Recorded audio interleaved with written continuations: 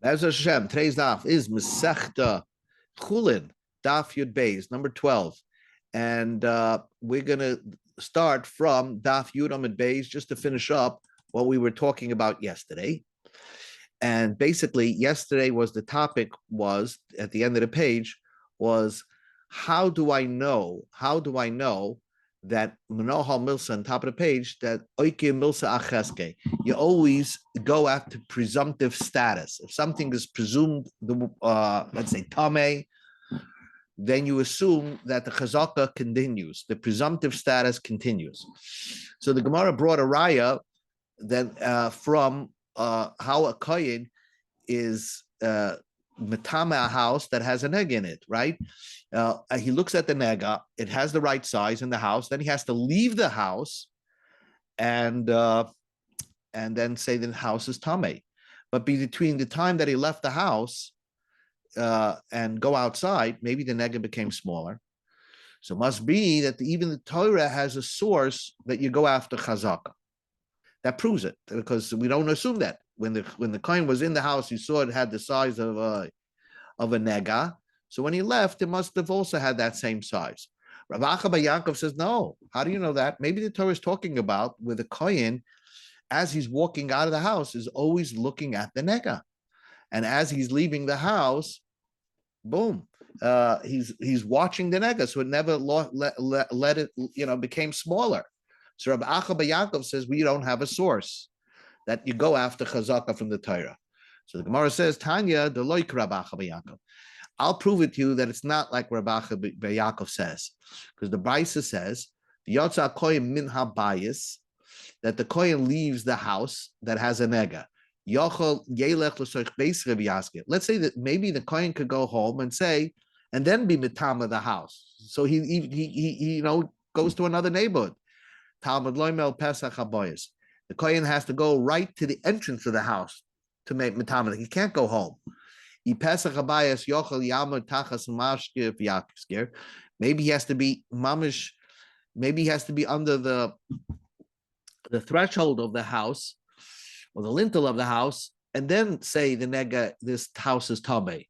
Talmud Loimel Min Habayis. Achiyeisim Min Habayis Kulai. He has to leave the entire house. In other words, a kohen, when he's matama a house, he has to leave the entire house. Okay, so how does a kohen do that? And be at the door of the house? He goes right up to the door, like we have a door, just steps a little bit out and closes the door and says, this house is tamei. So far, so good. But how do I know b'di'evet? Let's say he went to his house and the kohen, like, let's say, tied a rope from the door of the house all the way to the door of the kohen's house. So, the kohen walked home with a string and from his own house closed the door of the house. Or if the kohen never left the house and said the house is tamei, he closed the door from the inside. Talmud Loimel as a bias, if he closed the door, we call makom. So you see that this brisa holds that a kohen does not necessarily have to look at the nega while he's closing the door of the house to say it's tamei.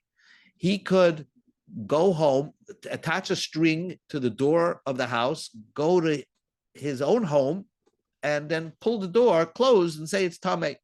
So we see from here that the kohen didn't have to be there the whole time to watch the nega. So how do you know the nega remained the same size? It must be we go after chazaka. So that was not like Rav Acha bar Yaakov. Rav Acha bar Yaakov, we go to the top of the page. How's Rav Acha bar Yaakov learns that brisa? Kegoin the kami dori the gabri v'ami the koi period. That really the only way the kohen could be mitam of the house is if there are people in the neg in the house, and they probably telephone or get the message to the kohen that they're watching the nega, and the nega never shrunk. So the kohen, when he says the house is tamei, he knows for sure it remained the same size. So that's the opinion of Rav Acha bar Yaakov. But we hold, not like Rav Acha bar Yaakov, that we do go after chazaka. Something has a chazaka, presumptive status. We don't assume that things change. It remains the same. Now, new Gemara. Second line from the top of Yud Beis Amud Aleph. So here, this is all about Roiv. Minohal Milsa, the Omer Abonim, Zil Basaruba. How do I know that the rabbi says, whatever the rabbi said is true, that you go after the majority? How do you know that has a source in the Torah? So the Gemara says, Minolan, what do you mean a question? How do you know? The Ksiv, the Pasuk says, Achrei Rabim Lahatis. When you have a Bezdin, and you don't know if the guy is innocent or guilty, and you have a Bezdin of 23, so you go after 12 versus the 11. You go after the majority. If 12 say he's innocent, he's innocent. That's a pasuk in the Torah. Answers the Gemara, Ruba the Isa the Kamon, if the Roiv, I could count the majority. I never had that question. Going, for example, Teis Chanuyos. You have, let's say, 10 butcher shops in Cedarhurst. And then you find a piece of the meat on the floor. 9 of the butcher shops are kosher. 1 of the butcher shops is not kosher. So I don't know where this piece of meat came from that I find on the street. I could go, presumably, that it came from one of the majorities of the stores, which are kosher. So that is a roiv that's right in front of you. Or Sanhedrin. Or you have it like my case with the Sanhedrin. 12 people say innocent, 11 say he's guilty. You go after roiv. Loi komi boilim. That I never had a question. Of course, you follow the majority there. The Torah says, Achrei Rabban Lahatis. You always follow the majority. Ki kama boilan. If I have a question, is Ruba de Leisa come on? If the roiv is not in front of you, for example, I have to assume of a roiv that's in the world somewhere. Kagoin kotanu katana. Let's say you have a boy who's under bar mitzvah and a girl who's under bas mitzvah, and they're a yavam and yavama.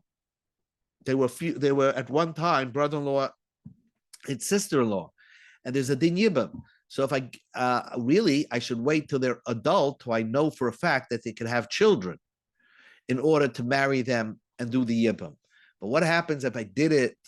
Because the problem is you never know. Maybe the katan will be somebody who can't have children. Or the katana will also be someone who can't have children. And the only time yibum takes effect is if they can have children to produce an offspring named after the deceased brother. But the Torah that we say that a katan or katana could get married to each other as a yavam and a yavama. And we're going to assume that most people are not srisim and not islanders, so they could get married to each other. And that's a roiv because most people in the world are not a saris or not a islanders. So how do you know, Minolan, how would you know from the Torah that you follow the roiv? A roiv that's not in front of you. Omer Rab Lazar said, we have 10 proofs. So I'm going to prove it to you from the Chumash. Asim Areisha Shel Oila. Torah tells you that you shecht a carbon oila, and one of the parts of the oila that's burned on the mizbeach is the head. The Amakra, the pasuk says, "V'nitach oisel l'sachayav, oisel l'sachayav v'loy l'sacha l'sacham." You're not allowed to slice the head in parts and makrav it on the mizbeach.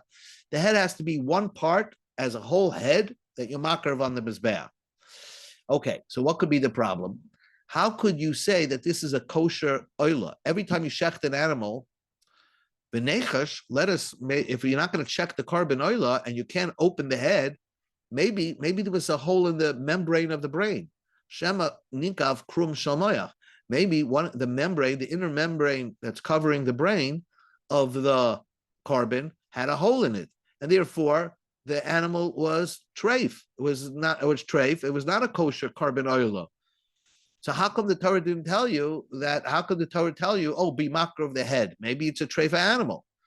Elalah, because the Torah understands, mishum damrinam zul basaruba.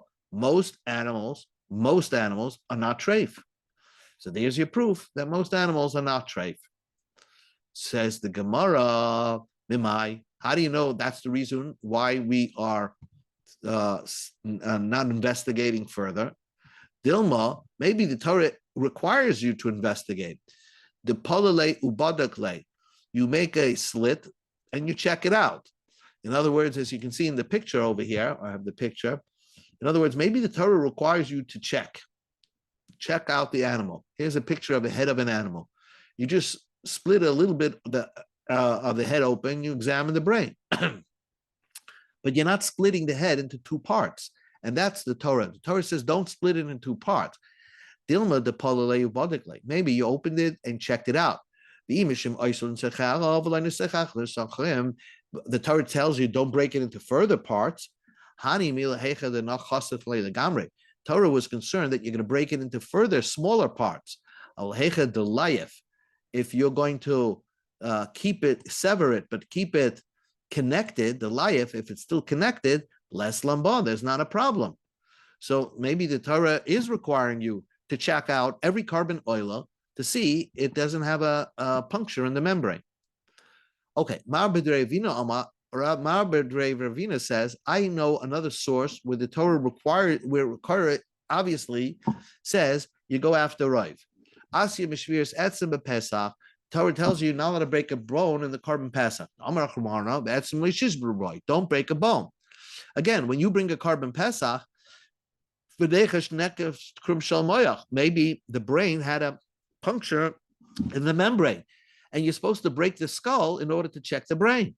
And here you can't say you're going to break it a little bit, because you're not allowed to break any bone of the carbon Pesach. You can't even do this, break it even a little bit. So it must be. So how do you know that every carbon Pesach is kosher if you can't do the investigation to see if it's kosher? Elav must be mishum damrinu zil basaruba, because the Torah says the roiv, most of it is kosher. Says the Gemara Memai. How do you know that? Dilma manachne gamarta alei the kolale ubadikle. Maybe you put a piece of coal on top of the skull. It burns a hole in the skull, and then you can check the brain. And that's not called breaking a bone. The Tanya we learned in the Brisa, if you burn the bones, there's nothing wrong with break. That's not called breaking the bones.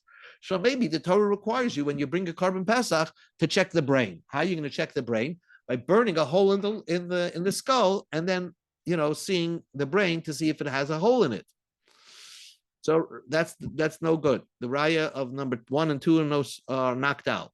Says the Gemara, bring you to raya number 3. Rav Nachba Yitzchak Amar Asya me'alya Amar Achmona Chelboy ha'alya tamima.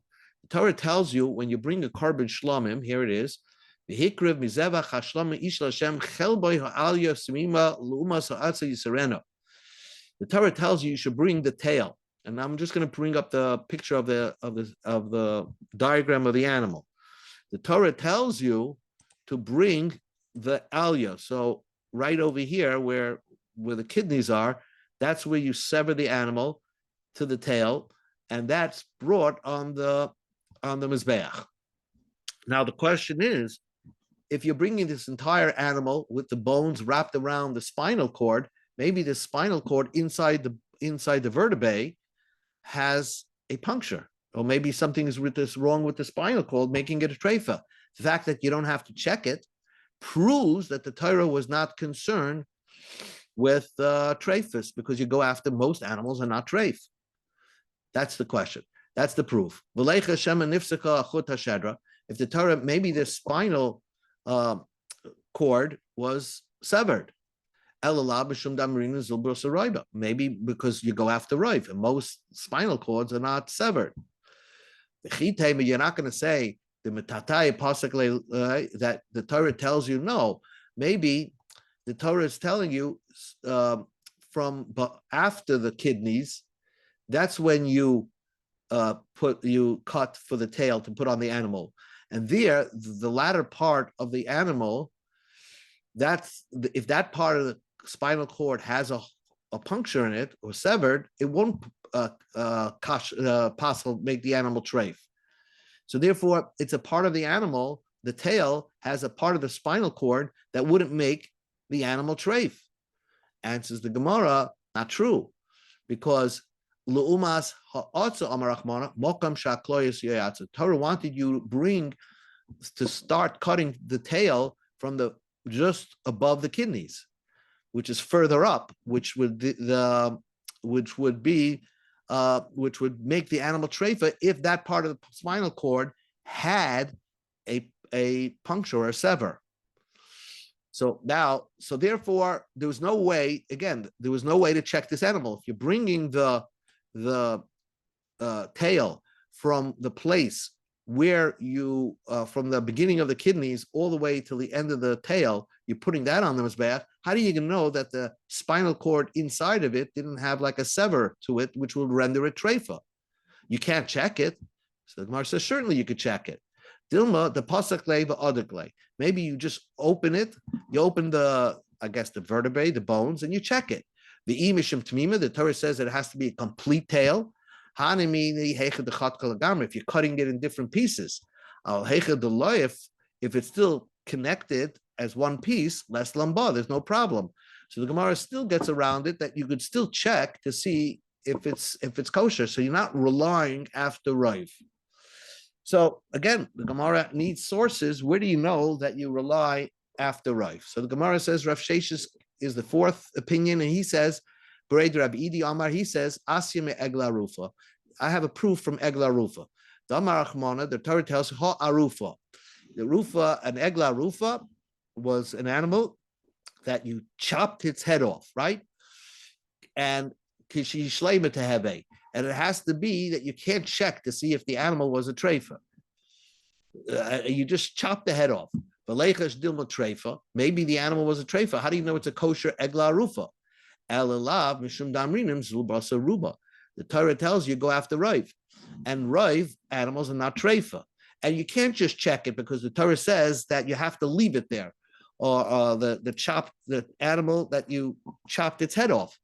So you took an axe to the back of the head, so therefore you can't check it, and maybe it's a treifa. It must be so. It would be not kosher if it's a treifa. This must be that you go after Rav. Why would the Torah concern itself it being a treifa? It's not a carbon.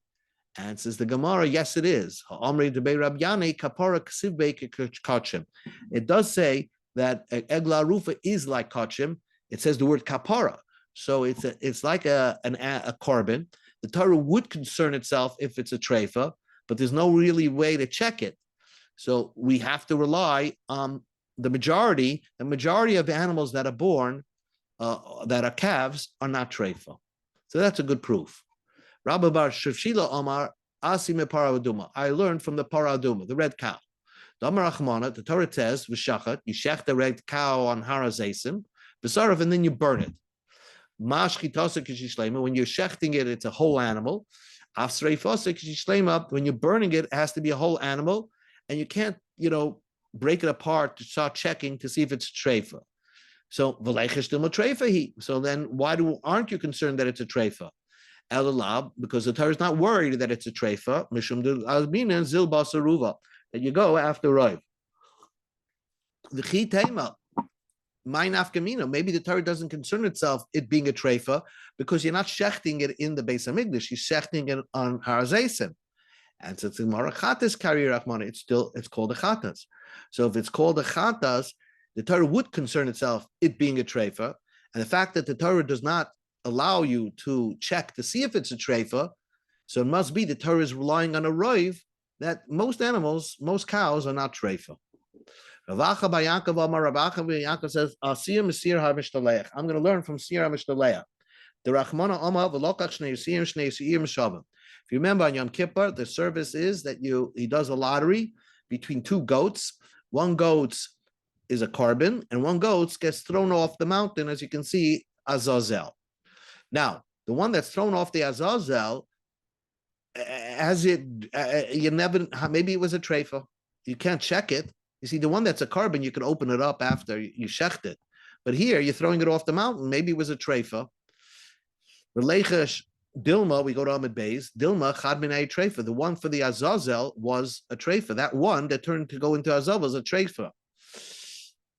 Since you're throwing it off the mountain, Elalab mishum damrinim zil basaruba. You must go after Rav. And Rav animals are not treifa. V'chitema my nafkalamina. Who cares if it was a treifa? Maybe since you're throwing it off and you're not bringing it as a carbon, who cares if it was a treifa? It's not a carbon. That's true, but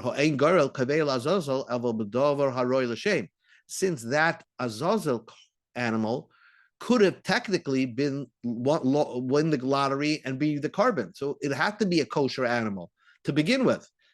Cannot be a treifa because it potentially could have been the carbon. So if it ends up you're throwing it off the mountain, how are you going to ever check it? You're going to tell me that you check it? Well, tonight we learned in the Mishnah, it reached half the mountain as you threw it off half the mountain, banging its way down the mountain, and it turned into different pieces already. And therefore you can't check it anymore because you can never know which part of it was broken while it was still alive and which just happened after you threw it off. LMI, it must be that the Torah also relies on Rav. Rav Mari says, I know another place in the Torah that you rely on the majority. Says the Gemara, Torah tells you that if you hit your father or mother, and you hit specifically your father, you cause a wound, you kill the son that hit his father. How do you know every father is his father? How do you know it's his father? Maybe it's not his father. What do you mean it's his father? He raised him, but maybe it was somebody else. Because most of the be'ilos that the mother had, you see with the mother, you know for sure, you can see the baby coming out of the mother, but the father, you don't know. But since most of the be'ilos that this woman had was with this person, that must be his father. So the Torah says, go after Rav. How do you know? How do you know that's what the Torah is talking about? Maybe the Torah is talking about a particular case. Dilma, the only time that the Torah says, if you hit your father, you get Misa, is Kagoin Shahaya Avavi my Chavushim Bebeso Asura. Maybe the Torah is talking about a situation when your father and mother were wrapped in a jail room and then nobody else got in. And therefore, the father, that must be his for sure father, because who else is there? So the Gemara says, not true, impossible. There's no such a thing. There's no such a thing. You can't be for sure when it comes to znus. Who knows? Maybe somebody from the jail warden got in and was mizana with her. So it must be that the Torah relies on Rav. Proof number 8. When you kill a person, you kill a human being. So the Torah says, the murderer gets killed. Maybe the victim that got killed was a treifa, so that you shouldn't kill the murderer. So why does the Torah say you kill the murderer? You go after Rav, and most people, the victims, were not treifas. Are you going to say you do an autopsy? You check. Maybe the only time you kill a murderer is if you do an autopsy to determine that the victim was not a treifa. No, we don't do autopsies. Call Kamenavo. That causes the body to be disgraced. And there's a mitzvah hafta re'acha kamoicha. And for whatever reason, the Gemara doesn't give you the reason, but we don't do autopsies. Wait a second, maybe we should do an autopsy. We should do an autopsy because we have to know, should we for sure kill the murderer or not? And in order to determine that the victim was not a treifa, the only way to do that is to do an autopsy. The autopsy will determine if he was a treifa or not. And if he is a treifa, then we're not going to kill the murderer. So the Gemara says, autopsies are not going to help you because maybe at the place of the stab wound, there was a hole there to begin with. So you're never going to determine that he was for sure not a treifa. There's a possibility that he had a hole in that spot while he was alive, and then the murderer came with a knife and cut him in that same spot. So he was a treifa, and the murderer just killed a treifa. So that could be possible, and no autopsy will be able to determine because you won't know because the wound is exactly where he was a treifa prior. It must be that so, but why don't we say that? Is because we always go after Rav, and Rav people are not treifas. Ravina says, I'll have another proof. Asim Edim Zaimimim. The Amar Achmona, the Torah says, Vasisim like Hasha Zamam. When two Edim who turned out to be false killed somebody, so we kill them. So again, maybe the person that they killed, the Edim Zaimimim, were treifa. So why would we kill the Edim Zaimimim? You go after Raif. You go after Raif. So the Gemara says, wait a second. Are you going to say maybe we do an autopsy like the Gemara just said before to determine that the victim that the Edim Zaimimim killed was indeed a treifa? That's not true. But Tanya, we learned in the Brisa just the opposite. Berebi, this great Gadol Adar said, Berebi means the great Gadol Adar, we don't know who it is, Loi Hargu, only if the Edim Zaimim didn't kill somebody, Ne'erogen, they get killed. It's the attempt to try to kill somebody through the court system, that's where we kill them. And therefore, we can't do an autopsy on a live person. So from the fact that only if they didn't get killed, we kill the Edim Zaimim. Hargu, if the person got killed, we're not going to kill the Edim Zaimim. So it must be, and we can't do an autopsy. So maybe they wanted to kill somebody who was a treifa. Must be the Torah agrees that you go after Rav. And finally, the Gemara says like this: Rabashi Amal, say you go after Rav. Asking Mishchita Atzma, you go after Shchita itself. The Amar Achmana, Shchait v'achal, you could shecht an animal and eat. V'lechish shemba bimkaim nekev kashachet. Maybe every time I shecht an animal, and I'm shechting the food in the windpipe, maybe this precise spot where I'm shechting, the animal had a hole right there. And therefore it was a treifa animal prior to shechting. Elalav, mishum damrinim, zul basarayv. You go after Rav. So that's the proof that you go after Rav. And now concludes the Gemara. Omer Avashi, Amrisa the Shmaitza Kamed Rav Kahana, Ba'amar lo Rav Kahana Kamed Rav Simi.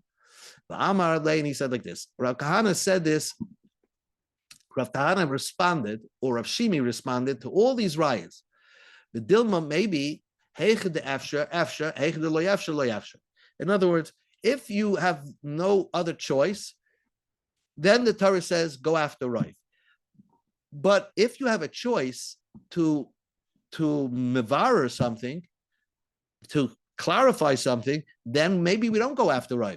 For example, by the Katan and the Katana that we started out a discussion, the Yavam and Yavama, we say, oh, let them get married under Bab Mitzvah as a Yavam Yavama. Why? Because most people are not Sarisim or islanders. Yeah, but we could always wait it out to be 100% certain. So maybe the Torah doesn't allow you to rely on Rav in that case because you could mevayer it. And furthermore, maybe by Shchita, okay, the Torah requires you to check every possible place. Every time you check an animal, you should check all the places that it's possible that the animal is treifa. And then it'll take you hours and hours to just check one animal. So how come we rely on Rav? That's the question. The Ilai Teimahachi, L'Rameya the Chayishim Yuta Hachanamid Bisra. Rameya was always never relying on Rav. He was always concerned about the minority. Maybe Rameya never ate meat. You can tell Rameya never ate meat. We go to Amid Aleph for a line or two. Pesach v'kachim ma'ikol meima. Did Rameya never eat the korban Pesach or any kachim? Ella must be heichad the afsha afsha, heichad the lo yafsha lo yafsha. Maybe